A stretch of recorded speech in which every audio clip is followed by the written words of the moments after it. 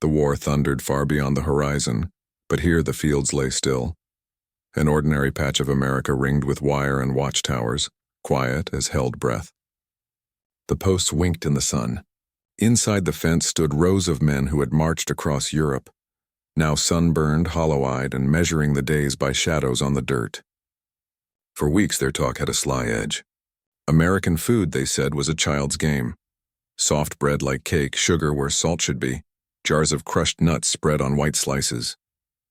They smirked and traded memories of sour rye, of stews that clung to a spoon, of smoke-rich meat from home.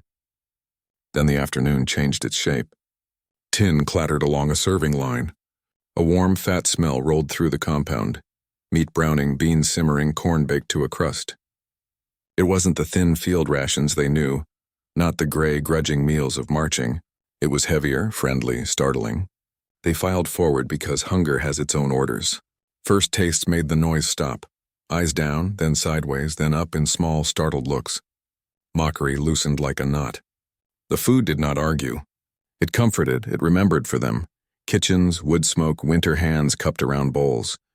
Pride tried to stand its ground and failed. In that drifting steam, in the scrape of metal on metal, something yielded. Men who had come here as enemies discovered a lesson plated in ordinary colors. That care can arrive in ladles.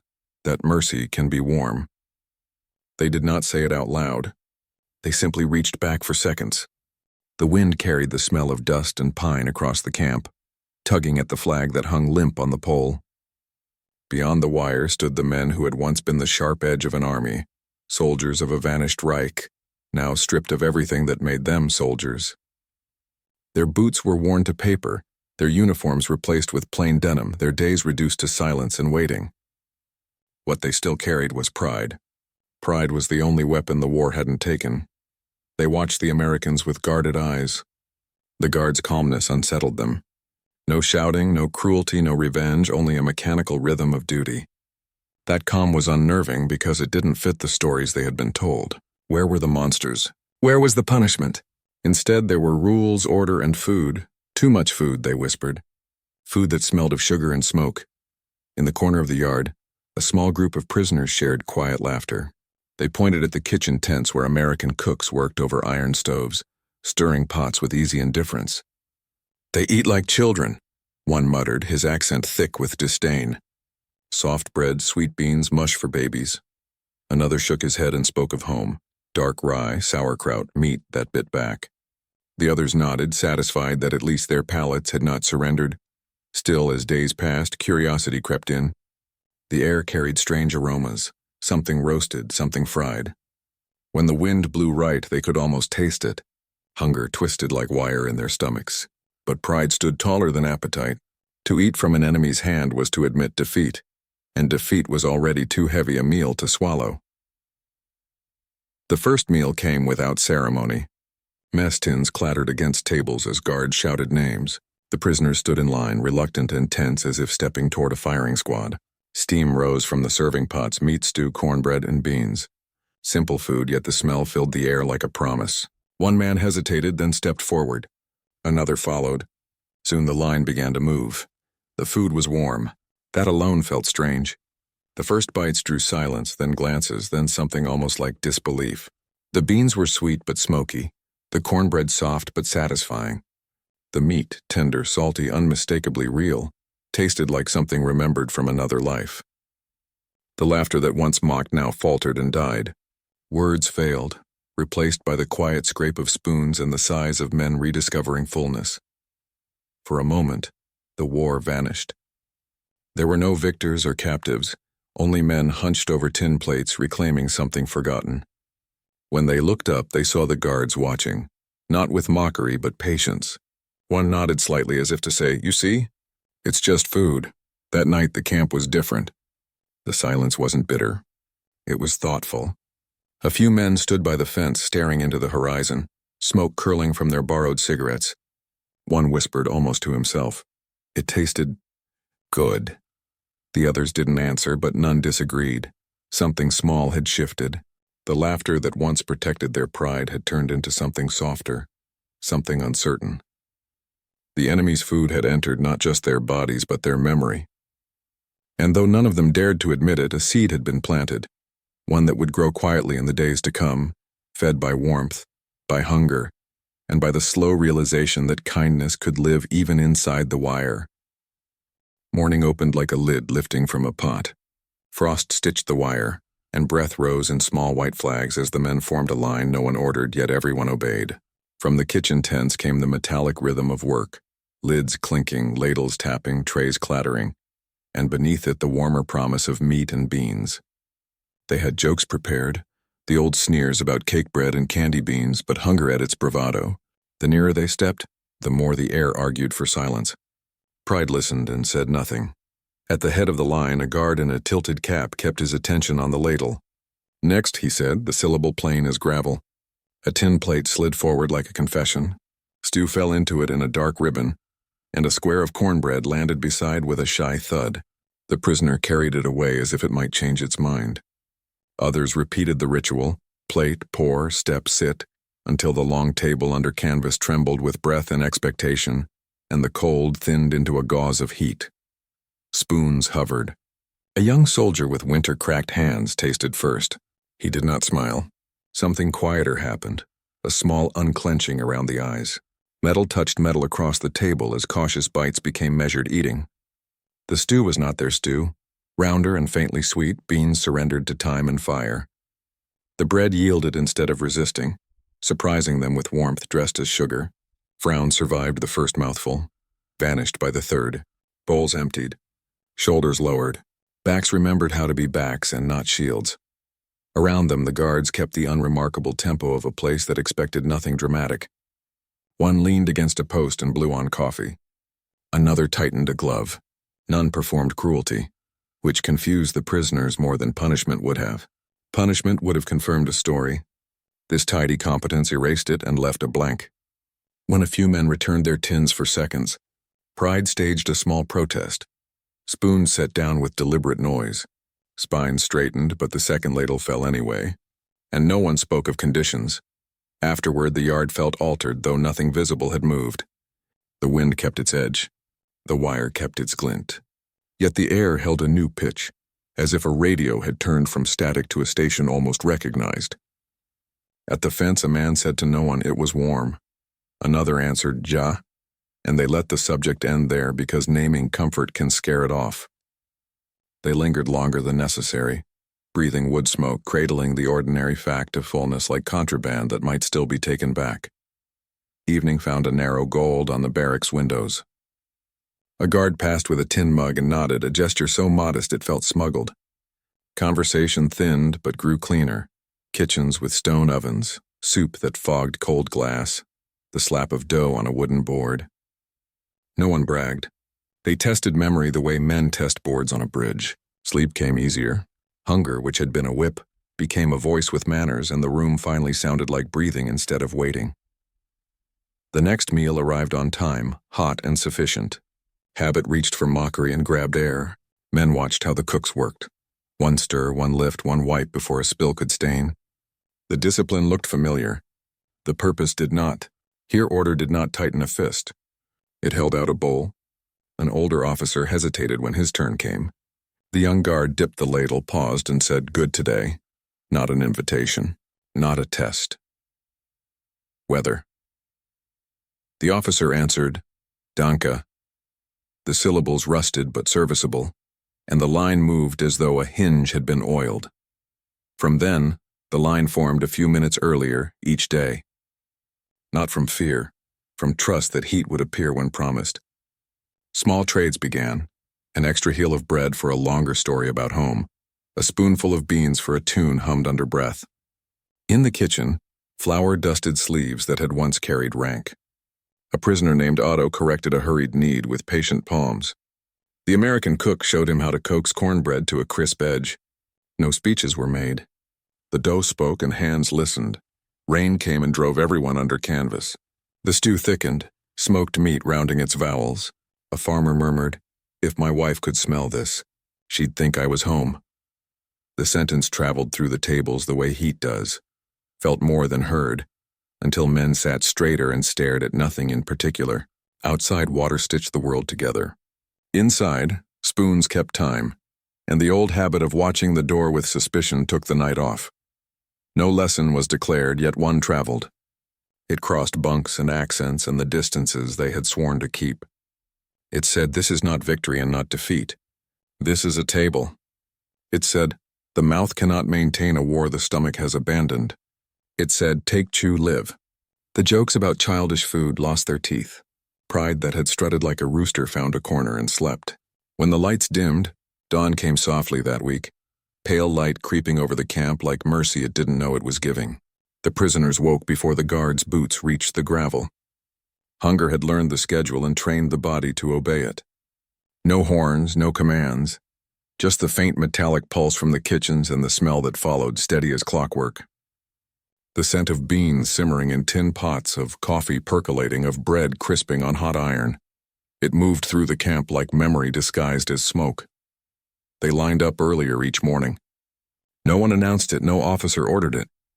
They simply began to trust that the food would come.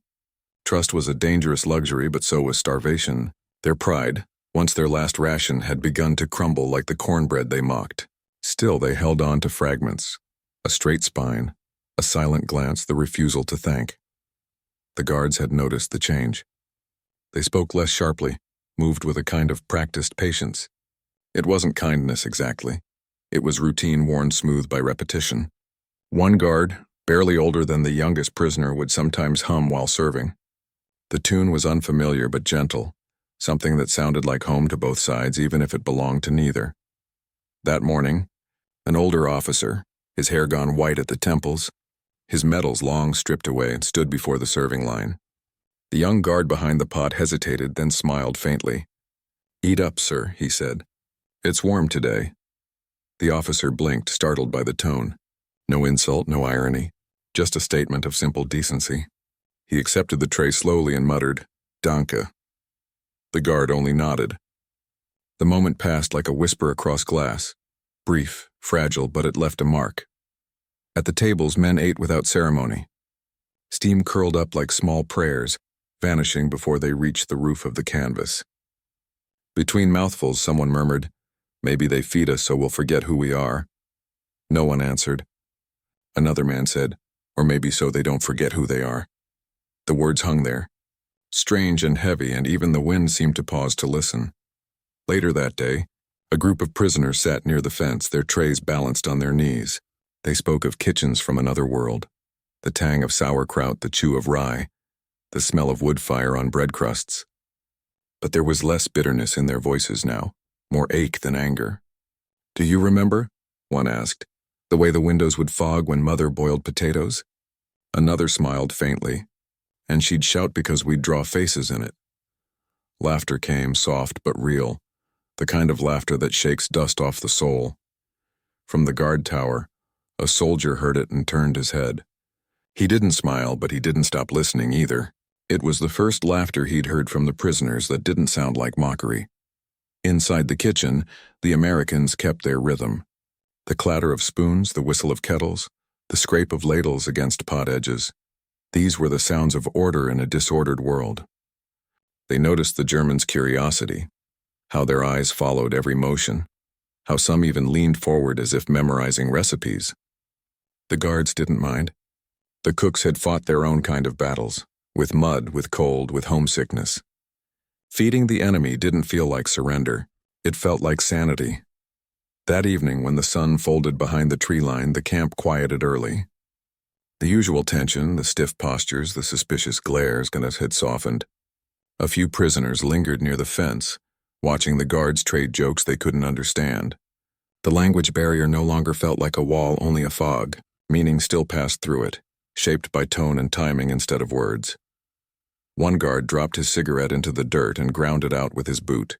He looked up to find 3 prisoners staring. For a second, everyone froze. Then, hesitantly, the guard gestured toward the barracks with a tilt of his chin, a wordless, "Go on, it's late." They nodded, not out of fear, but recognition. A rhythm had formed between them. Not friendship, not yet, but understanding. As night settled in, the prisoners lay on their bunks, staring at the wooden ceilings. The day's meal still lingered, not in their stomachs, but in the quiet space where hunger used to live. One whispered, Strange. It feels different now. Another replied, because they're not starving us. The first man shook his head slowly. No, because we're not starving inside anymore. The moon crept through the cracks in the roof, spilling silver stripes across the floor. Outside, a guard's boots crunched the gravel. A dog barked once and fell silent. The air smelled faintly of coffee grounds and soap. It was a small night, uneventful by history's standards, but in the stillness something invisible and enormous shifted, the slow, deliberate turning of strangers into men again. By the next morning, when the first clang of metal echoed through the camp, the line was already formed. No one spoke. The silence was no longer heavy, and it was expectant. Each man carried his plate as if it were proof of something rediscovered. That warmth, no matter its source, still belonged to the living. By midwinter, the camp had found its rhythm, a strange, fragile order stitched together by the smell of cooking and the scrape of metal on tin. The fences still stood, the guards still watched, and the prisoners still lined up when told. But the silence had changed its weight. It was no longer the silence of defiance. It was the silence of work, of men remembering how to exist. One morning, when the frost still bit through boots and breath came out like smoke, a German prisoner named Otto approached the kitchen tent. He was older than most, with thick wrists and flower-colored hair. Before the war, he'd been a baker in Munich. He stood at the edge of the tent flap, watching the Americans pour batter into pans. After a long pause, he spoke in halting English. "Too hot," he said, pointing to the stove. "Burn." The young cook, Miller, looked up, startled. Otto mimed, lowering the flame. "Slow fire," he added, tapping his hand twice against his chest. Miller hesitated, then twisted the knob down. The sizzle softened. "Better," Otto said quietly. That was the beginning. At first, the Americans laughed at the idea of letting prisoners help in the kitchen. "Next thing you know, they'll be seasoning the soup," one joked. But the officers approved it.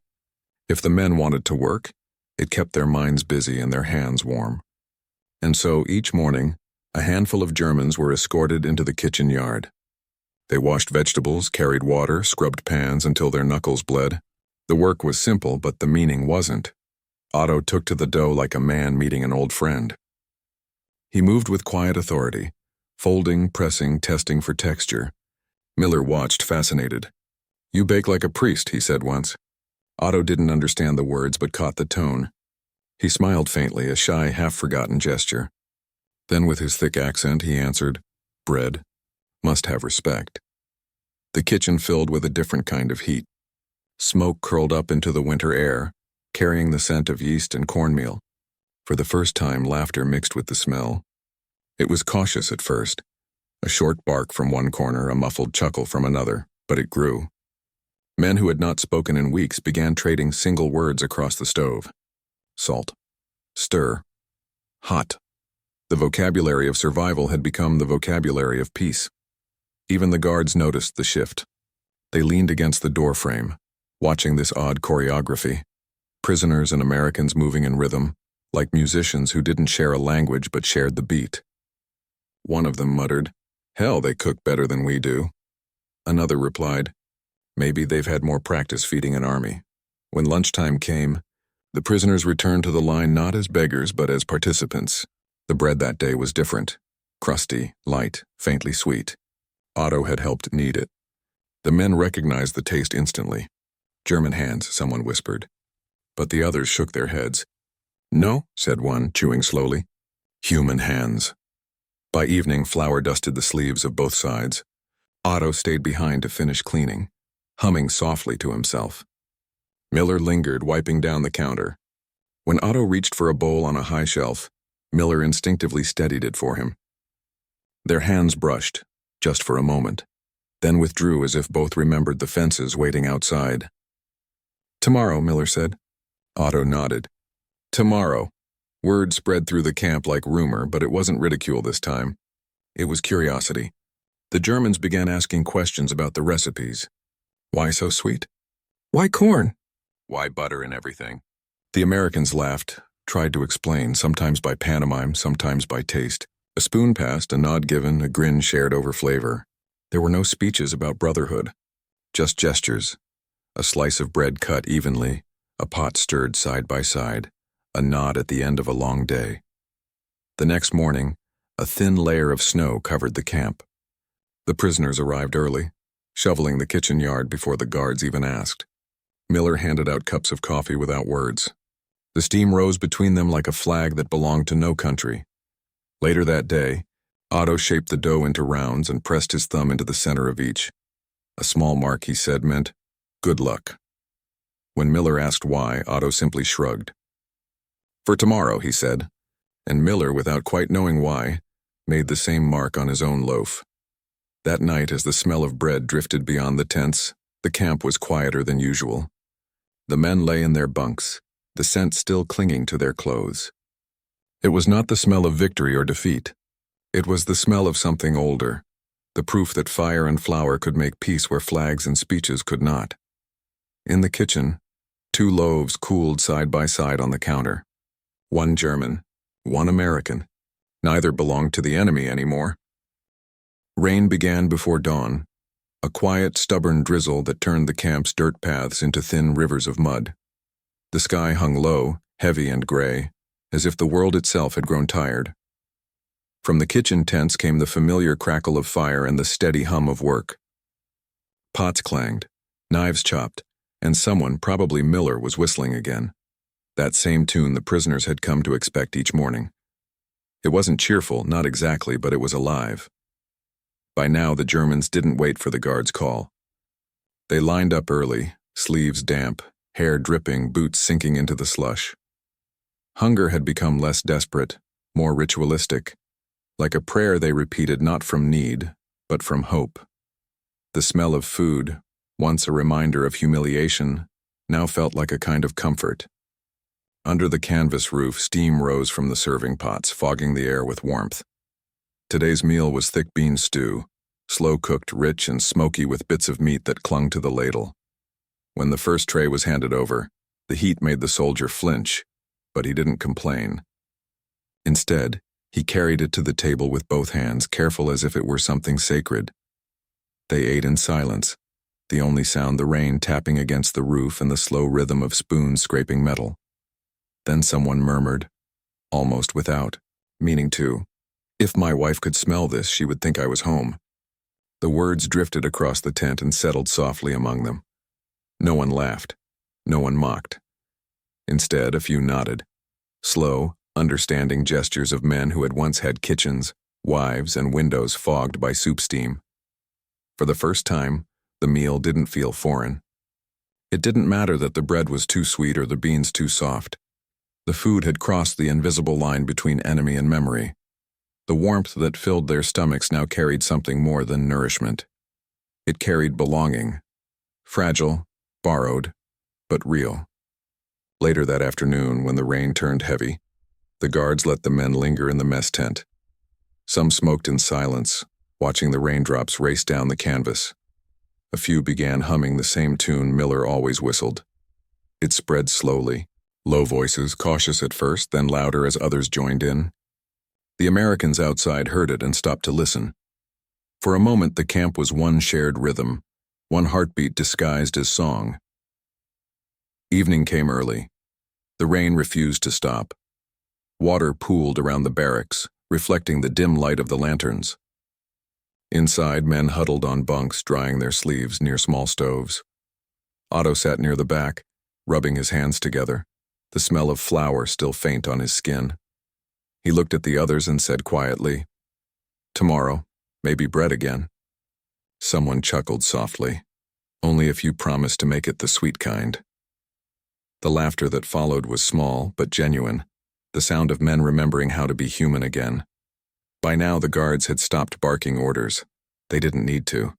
The prisoners worked when asked, cleaned their tables without instruction, and even helped patch torn tents. The camp, once heavy with suspicion, had become strangely peaceful. One guard remarked to another, "It's quieter now. Feels different." The other nodded, staring at the men through the rain. "They look like soldiers again," he said. The truth was the food had done more than fill bellies. It had rewired the air. Where there had once been fear and resentment, there was now rhythm and routine. They had begun to trust the day, to trust that warmth would arrive when the fire burned, that the Americans would keep feeding them, that kindness wouldn't vanish overnight. That night, after lights out, the camp stayed awake in silence. The storm beat against the roof, the earth shuddering under its weight.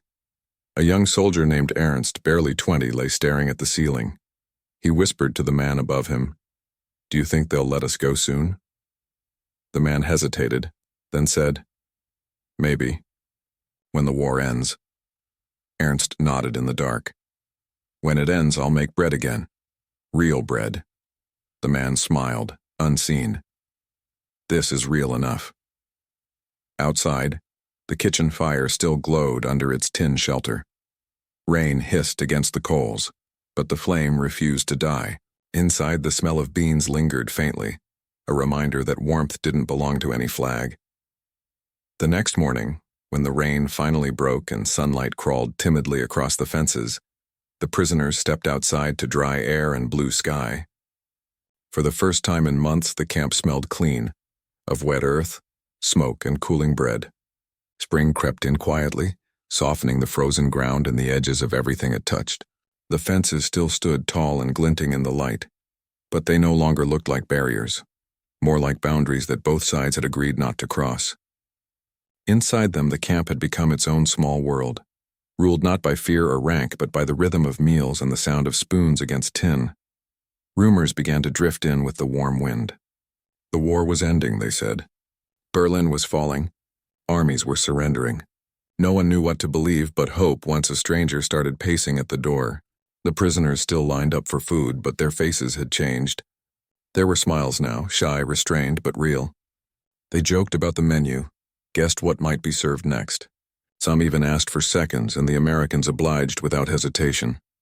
That morning, the cooks prepared a stew rich with vegetables and bits of pork. The smell curled through the air, earthy and alive. Otto stood beside Miller again, stirring carefully, humming a tune from home. Miller didn't understand the words, but joined in with a whistle. When the pot was ready, Otto handed him the ladle and said, "You serve." "Today you are baker." Miller laughed. "Guess that makes you the teacher." Otto only smiled. When the meal was served, something remarkable happened. One of the prisoners, a stoic sergeant who had never spoken a word to the guards, stood up from his bench. Holding his tray, he raised it slightly. Not in salute, not in surrender, but in acknowledgement. "Good," he said in careful English. "Very good." A murmur spread across the tables. A few clapped softly, others just nodded. Miller, behind the serving line, felt his throat tighten. No one had planned it. It just happened. A shared moment where the war, for the briefest breath, didn't exist. That evening, as the sun dipped behind the pine trees, the camp generator sputtered and failed. The lights blinked once, twice, then died. Darkness settled over the barracks, deep and absolute. For a heartbeat, no one moved. Then a guard lit a lantern in the mess tent, its flame trembling against the canvas walls. One by one, more lanterns appeared, carried by both guards and prisoners, until the space glowed gold and flickered like a living heart. They ate by lantern light that night. The stew was still warm, the bread still soft. Rain tapped faintly on the roof, and somewhere near the back, someone began to hum. It was a German folk tune, slow and low, the kind sung by mothers to children in better times. To everyone's surprise, an American voice joined in, off-key but earnest. Heads lifted. The sound spread, not as song, but as something older, deeper, the language of shared weariness. When it ended, silence followed. Not awkward, not empty, but full. The next morning, news confirmed what rumor had promised. The war was ending. The guards didn't cheer and the prisoners didn't weep. They just looked at each other with the tired recognition of men who had survived what should have destroyed them. The Americans began preparing extra portions for the coming days. Thick stew, bread, even slices of pie. "One last good meal before they go," Miller said. When the time came, the gates opened with a sound that seemed too small for its meaning. The Germans stepped forward in groups, each man holding his release papers, his few belongings, and a silence too heavy for words. As they passed the kitchen, many slowed. Otto paused, meeting Miller's eyes one last time. "Danke," he said simply. Miller nodded. "For the bread," Otto added. Miller hesitated, then answered softly, "For the lesson." They shook hands, not as captor and captive, but as men. When the last of them had gone, the camp felt strangely hollow. The tables were empty. The air still carried traces of smoke and yeast, but the sound, that human sound of life, had left with them. Miller stood by the stove, staring at a cooling pot of stew. It was too much for the few men left to eat, but he didn't throw it out. Instead, he ladled a small bowl for himself, sat down, and ate in silence. The food tasted exactly the same, yet somehow it carried the ghosts of everyone who had once shared it. Weeks later, word came that many of the former prisoners had reached home. Letters filtered back through Red Cross channels. Some wrote in broken English, "We remember the bread," one said. Another wrote simply, "Your kindness fed more than our stomachs." Years passed and the camp rusted into history. The fences fell. The kitchens were torn down. But in kitchens across Europe, stories survived. Stories told over family tables, where fathers described a place far from home, where the enemy had fed them like brothers, where a meal had done what no treaty could. They had once laughed at American food, called it sweet, soft, childish. But when they spoke of it in later years, they spoke differently. They said it tasted like warmth, like forgiveness, like something that reminded them the world, for all its cruelty, could still be kind. By the time the camp gates finally closed for good, the fences had rusted and the fields had begun to swallow the past. What remained wasn't the memory of captivity or defeat. It was the memory of warmth, of the first spoonful of stew that broke a man's silence, of bread shared across language, across uniforms, across pride. Those German soldiers had once mocked American food, laughing at its sweetness, its strangeness, its simplicity. But in that same simplicity, they found something they hadn't felt in years: dignity. Each meal had become a quiet sermon in humanity, reminding them that kindness is not weakness, and mercy does not wear a uniform. When the war ended, many of them returned home with stories their families could scarcely believe. Stories not of gunfire or victory, but of food that healed, of enemies who fed them without hatred. The world around them had burned, but in one forgotten corner of America, something sacred had survived: decency. Because sometimes peace doesn't begin with treaties or signatures. It begins with something far humbler: a bowl of stew, a slice of bread, a hand that serves without expecting anything in return. And long after the gunfire faded, those men remembered that taste, not of defeat, but of forgiveness. If history teaches us anything, it's this: empires rise and fall, battles end and begin again,